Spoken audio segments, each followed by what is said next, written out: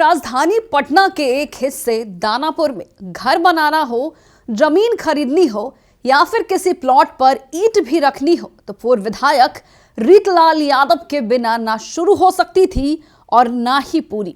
ऐसा माना जाता था कि बिना मर्जी एक पत्ता भी नहीं हिलता था, लेकिन अब यह मर्जी बदल चुकी है क्योंकि बिहार में एंट्री हो चुकी है नए गृह मंत्री सम्राट चौधरी का, जिन्होंने ऐलान किया है कि चाहे अपराधी तेजस्वी के ही करीबी क्यों ना हो, उनका बचना नामुमकिन है। और कहा जा रहा है कि जल्द ही रीतलाल यादव का साम्राज्य खत्म होने वाला है। करोड़ों की संपत्ति जब्त होने वाली है, जिसको लेकर मानवजीत सिंह ढिल्लों ईओयू डीआईजी ने एक लिस्ट जारी की है, जिनमें रीतलाल यादव के भाई सबसे बड़े माफिया बनकर उभरे हैं। हम आपको सब कुछ बताएंगे विस्तार से और ईओयू डीआईजी का बयान भी सुनाएंगे कि कैसे उन्होंने एक लिस्ट जारी किया है जिनमें तमाम लोगों के साथ साथ रीतलाल यादव के भाई का नाम लिस्ट में सबसे ऊपर रखा गया है। नमस्कार, मैं हूं शालिनी सिंह और आप देख रहे हैं दर्श न्यूज। गृह मंत्री बनने के बाद सम्राट चौधरी ने साफ कहा था कि 3 तरह के जमीन, शराब और बालू माफिया को किसी हालत में नहीं छोड़ा जाएगा। अभी तक 400 लोगों की लिस्ट बनी है, 1200 की नई लिस्ट बनाई है, जिनमें इन तमाम लोगों को कोर्ट से आदेश लेकर ध्वस्त करूंगा, जेल में डालूंगा। और इसी क्रम में अब रीतलाल यादव बुरी तरीके से फंस चुके हैं। हालांकि अभी जेल में बंद है, लेकिन उन पर कई बड़े इल्जाम हैं। स्थानीय लोगों और बिल्डरों के बीच लंबे समय से यह चर्चा रही है कि पूर्व विधायक रीतलाल यादव की मर्जी के बिना कोई निर्माण कार्य शुरू नहीं हो सकता था। पटना पुलिस की जांच फाइल्स भी इसी ओर इशारा करती है और पुलिस के अनुसार रीतलाल यादव अपने भाई, साले और समर्थकों के साथ मिलकर एक संगठित आपराधिक गिरोह चलाते थे जो इलाके में वसूली करता था। अब इस पूरे मामले की गंभीरता को देखते हुए पटना पुलिस ने केस को प्रवर्तन निदेशालय यानी कि ईडी को ट्रांसफर कर दिया है। इसका मतलब साफ है कि अब मामला केवल स्थानीय पुलिस तक सीमित नहीं रहेगा, बल्कि मनी लॉन्ड्रिंग कानून पीएमएलए के तहत केंद्रीय जांच एजेंसी कार्रवाई करेगी। देखिए, आपको बता देते हैं कि रीतलाल यादव को राष्ट्रीय जनता दल के प्रमुख लालू प्रसाद यादव का करीबी माना जाता रहा है। विधानसभा चुनाव के दौरान खुद लालू यादव दानापुर पहुंचे थे और करीब 15 किलोमीटर लंबा रोड शो भी किया था रीतलाल के लिए। हालांकि इसके बावजूद रीतलाल यादव चुनाव नहीं जीत पाए थे, लेकिन इन तमाम यात्राओं को लेकर यह चर्चा चल रही थी कि काफी करीबी है लालू यादव के। अब रीतलाल यादव मामले में कार्रवाई काफी तेजी से आगे बढ़ रही है। उन पर शिकंजा कसने की पूरी तैयारी कर ली गई है। ईओयू द्वारा तैयार की गई सूची में दानापुर से आरजेडी के पूर्व विधायक रीतलाल यादव के भाई पिंकू यादव उर्फ टिंकू यादव का नाम भी शामिल है। उनके अलावा कुल 8 भू माफियाओं की संपत्ति जब्त की जाएगी, जिनमें पटना जिले के 5 माफिया भी शामिल है। आपको बता दें कि सूची में दानापुर के पारस राय और उनके बेटे राजवल्लभ कुमार का नाम भी है। अन्य नामों में अश्विनी कुमार, कंकरबाग संजय डॉन, खुसुरपुर रिजवान उर्फ राजा दरभंगा, वीरेंद्र प्रसाद बिंद कैमूर और कमख्या सिंह भोजपुर भी शामिल है। और इन तमाम बालू माफियाओं पर भी शिकंजा कसा जाएगा। केवल जमीन माफिया ही नहीं, बल्कि 12 बालू माफियाओं की भी संपत्ति को जब्त करने की पूरी तैयारी है। इनमें बांका जिले के 6 माफिया शामिल हैं। बांका के नीलेश यादव, उनके भाई संजय यादव, बादल यादव और आजाद यादव के नाम इस सूची में शामिल हैं। इसके अलावा अगर बात करें मनेर के, तो राम प्रवेश सिंह और उनके भाई विशुन दयाल सिंह, भोजपुर के सोनू खान और विदेशी राय तथा अन्य आरोपी भी इस सूची में शामिल हैं।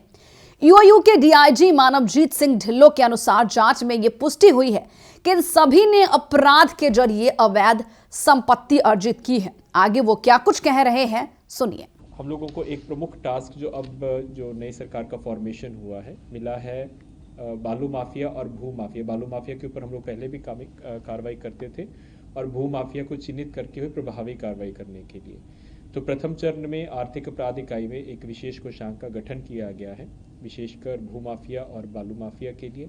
प्रथम चरण में हमने सभी जिला से सूचना मांगी है कि उनके यहाँ पे कौन से ऐसे व्यक्ति हैं जो कि ऐसे कामों में शामिल रहते हैं और जिनका आपराधिक इतिहास है। उनका हम लोग संपत्ति को, उनके द्वारा जो संपत्ति अर्जित की गई है, अपराध जनित संपत्ति अर्जित की गई है, उसको चिन्हित करने के लिए एक विशेष डेस्क बनाया है। अभी तक सिर्फ आप लोगों की जानकारी के लिए हम लोगों ने भू माफिया के कुल ऐसे 8 भू माफिया को चिन्हित किया है जिला के सहयोग से, जिनके ऊपर आपराधिक इतिहास है और जिन्होंने अपराधजनित संपत्ति उसको संग्रहण भी किया है। और इन 8 भू माफिया को चिन्हित करने के बाद हम लोगों ने विभिन्न स्रोतों से उनके द्वारा अर्जित की गई संपत्ति, चल और अचल दोनों प्रकार की संपत्ति का पता लगवाया और 8 लोगों के विरुद्ध कार्रवाई करने के लिए PMLA prevention of money laundering act के तहत कार्रवाई करने के लिए, अपराध जनित संपत्ति का संपहरण करने के लिए प्रस्ताव भेजा है। कुल जो संपत्ति चिन्हित की गई है ये 39.7 करोड़ रुपए की संपत्ति का प्रस्ताव भेजा गया है और इसके ऊपर ED आगे अपनी जांच करके कार्रवाई करेगी। इसी प्रकार बालू माफिया, अभी तक हम लोगों ने 11 प्रमुख जो बालू माफिया हैं संपूर्ण बिहार राज्य में, जिनकी सूचना हम लोगों को जिला से प्राप्त हुई थी और हमारे पास भी जो डेटाबेस थी, उनको गिरफ्तार करके और अपने विशेष कोषांग और विशेष दल के माध्यम से उनके द्वारा अर्जित की गई चल और अचल संपत्ति जो कि अपराध जनित है उसको चिन्हित किया है और लगभग 11 लोगों के विरुद्ध हम लोगों ने प्रस्ताव PMLA के अंतर्गत ED को समर्पित किए हैं और इनके विरुद्ध लगभग 15.09 करोड़ रुपए की जो संपत्ति है उसको चिन्हित किया गया है, जिसके संपहरण का प्रस्ताव ED को समर्पित किया गया है। अब ED इसके ऊपर अपना जांच करेगी और जो भी विधि सम्मत कार्रवाई होगी इंटरिम अटैचमेंट की, वो आगे की कार्रवाई उनके द्वारा की जाएगी। तो ये प्रक्रिया, ये कार्रवाई निरंतर आर्थिक अपराध इकाई के द्वारा की जाएगी। बालू माफिया में 15.09 करोड़ और भू माफिया में 39.79 करोड़ की संपत्ति हम लोगों ने की। हम विज्ञप्ति भी आपको दे देंगे, इसमें उनके नाम भी हैं। 8 जो भू माफिया हम लोगों ने चिन्हित किए हैं और 11 बालू माफिया जो चिन्हित किए हैं। इसके अलावा जो इस बार हम लोगों ने अपने अभियोजन सेल को भी विशेष रूप से सशक्त किया है, क्योंकि अब अनुसंधान करना, प्राथमिकी दर्ज करना तो मात्र एक आयाम होता है, ये सुनिश्चित करना कि उनको सज़ा मिले, अपराधियों को सज़ा मिले और उसके बाद ही, क्योंकि जो फाइनल अटैचमेंट होता है संपत्ति का सज़ा के बाद होता है, उससे पहले जो अटैचमेंट होता है इंटरिम अटैचमेंट होता है, अंतरिम अटैचमेंट होता है, वो हो। इसके लिए हम लोगों ने अभियोजन के ऊपर लगातार हम लोगों की नज़र रहती है। इस साल हम लोगों के कुल 4 कांडों में टोटल 11 अभियुक्तों को सज़ा विशेष न्यायालयों के द्वारा दी गई है, जिसमें से 3 कांड NDPS के हैं। तो आप जानते हैं कि NDPS हम लोगों से अलग हो गया है, और एक भ्रष्टाचार उन्मूलन का कांड है, जिसमें टोटल 11 अभियुक्तों को विशेष न्यायालयों के द्वारा, यानी कि स्पेशल विजिलेंस कोर्ट के द्वारा, स्पेशल NDPS कोर्ट के द्वारा सज़ा दी गई है। तो ये है हमारा आर्थिक अपराध इकाई की तरफ से जो अचीवमेंट्स हुई हैं। तो सुना आपने, ED को प्रस्ताव मिल चुका है। प्रवर्तन निदेशालय मनी लॉन्ड्रिंग से जुड़े मामलों में ECIR रिपोर्ट दर्ज करेगा, जो कि FIR की तरह होती है। इसके बाद ED अपने स्तर से इन सभी आरोपियों की संपत्तियों, बैंक खातों और लेन देन की जांच करेगी। आपको बता दें कि स्थानीय थानों की पुलिस पहले ही संपत्ति की जांच शुरू कर चुकी है। बाद में विशेष जांच टीम गठित की गई। Aadhaar card, mobile number, PAN card और बैंक खातों की जांच भी की गई है। अंचलाधिकारी की मदद से जमीन से जुड़े दस्तावेज खंगाले गए हैं और यह भी पता लगाया गया है कि संपत्तियां किन किन रिश्तेदारों के नाम पर खरीदी गई है। और जांच में यह भी सामने आया है कि बड़ी मात्रा में संपत्ति अपराध से अर्जित की गई है। इसके बाद EOU और जिला पुलिस ने ED को कार्रवाई के लिए प्रस्ताव भेज दिया है। यानी कि बात करें तो अब रीतलाल यादव बुरी तरीके से फंस चुके हैं। अब सवाल उठता है कि ED की एंट्री के बाद क्या दानापुर में वर्षों से चला आ रहा अनलिखा सिस्टम खत्म होगा और रीतलाल यादव व उनके परिवार की करोड़ों रुपयों की संपत्ति का आखिर क्या होगा। पटना पुलिस ने रीतलाल यादव के खिलाफ बिल्डर कुमार गौरव से 50 लाख रुपयों की रंगदारी मांगने का मामला दर्ज किया गया था। इस संबंध में 10 अप्रैल 2025 को खगौल थाना में FIR दर्ज कराई गई थी। फिलहाल रीतलाल यादव इस मामले में भागलपुर जेल में बंद है और जांच के दौरान पुलिस को यह भी पता चला है कि यह कोई एकल घटना नहीं थी, बल्कि इसके पीछे एक संगठित आपराधिक गिरोह काम कर रहा था।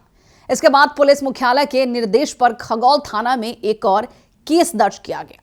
इसी केस की जांच में पुलिस ने 100 करोड़ रुपयों से अधिक की चल अचल संपत्ति का बड़ा खुलासा किया, जिसके बाद से अब रीतलाल को सिकंजा कसने की तैयारी पूरी की जा रही है। सम्राट चौधरी ने इस मामले को लेकर साफ कहा है कि बिहार में जमीन, शराब और बालू तीनों तरह के माफियाओं को अब किसी भी हाल में नहीं छोड़ा जाएगा। उन्होंने दावा किया है कि अब तक करीब 400 लोगों की सूची तैयार की गई है, 1200 नए नाम जोड़े गए हैं और सरकार का यह भी कहना है कि इन माफियाओं की संपत्तियों को कोर्ट के आदेश से ध्वस्त किया जाएगा और दोषियों को जेल में भेजा जाएगा। अब चलिए आपको बता देते हैं कि अब इस दिशा में कार्रवाई शुरू हो चुकी है। बिहार में भू माफिया और बाली माफियाओं की चल अचल संपत्तियों को की जब्त करने की प्रक्रिया तेजी से चल रही है। जमीन और बालू माफियाओं से जुड़े करीब 20 हस्तियों के लगभग 54 करोड़ 88 लाख रुपए की संपत्ति जब्ती का प्रस्ताव तैयार किया गया है। आर्थिक अपराध इकाई और जिला पुलिस ने जांच के बाद यह प्रस्ताव ईडी को भेज दिया है। लेकिन अब बात कर ली जाए रीतलाल यादव की, तो बड़ा सवाल उठता है कि आखिर रीतलाल यादव की इतनी बड़ी संपत्ति का क्या होगा, क्योंकि एक तरफ आपको बता दें कि लालू प्रसाद यादव के करीबी माने जाते हैं। चुनाव के दौरान पूरा लालू परिवार और पूरा जेडी कुनबा रीतलाल यादव के साथ उनके समर्थन के लिए मौजूद था, लेकिन इसके बावजूद रीतलाल यादव चुनाव नहीं जीत पाए। और अब जिस तरीके से सम्राट चौधरी के साथ साथ ईडी और ईओयू तीनों ने मिलकर रीतलाल यादव को अपने शिकंजे में लेने की पूरी प्रक्रिया शुरू कर दी, या यूं कहें कि तमाम जानकारी इकट्ठा करके पूरी प्लानिंग तैयार की गई है कि किस तरीके से रीतलाल यादव ने जो अवैध संपत्ति को अर्जित किया है उन सब को ध्वस्त कर सरकार अपने कब्जे में ले लेगी। फिलहाल के लिए इस खबर में इतना ही, लेकिन आप अपनी राय हमें कमेंट बॉक्स में लिखकर जरूर बताएं कि आपकी क्या राय है रीतलाल यादव और उनकी संपत्ति को लेकर। देखते रहिए दर्श न्यूज।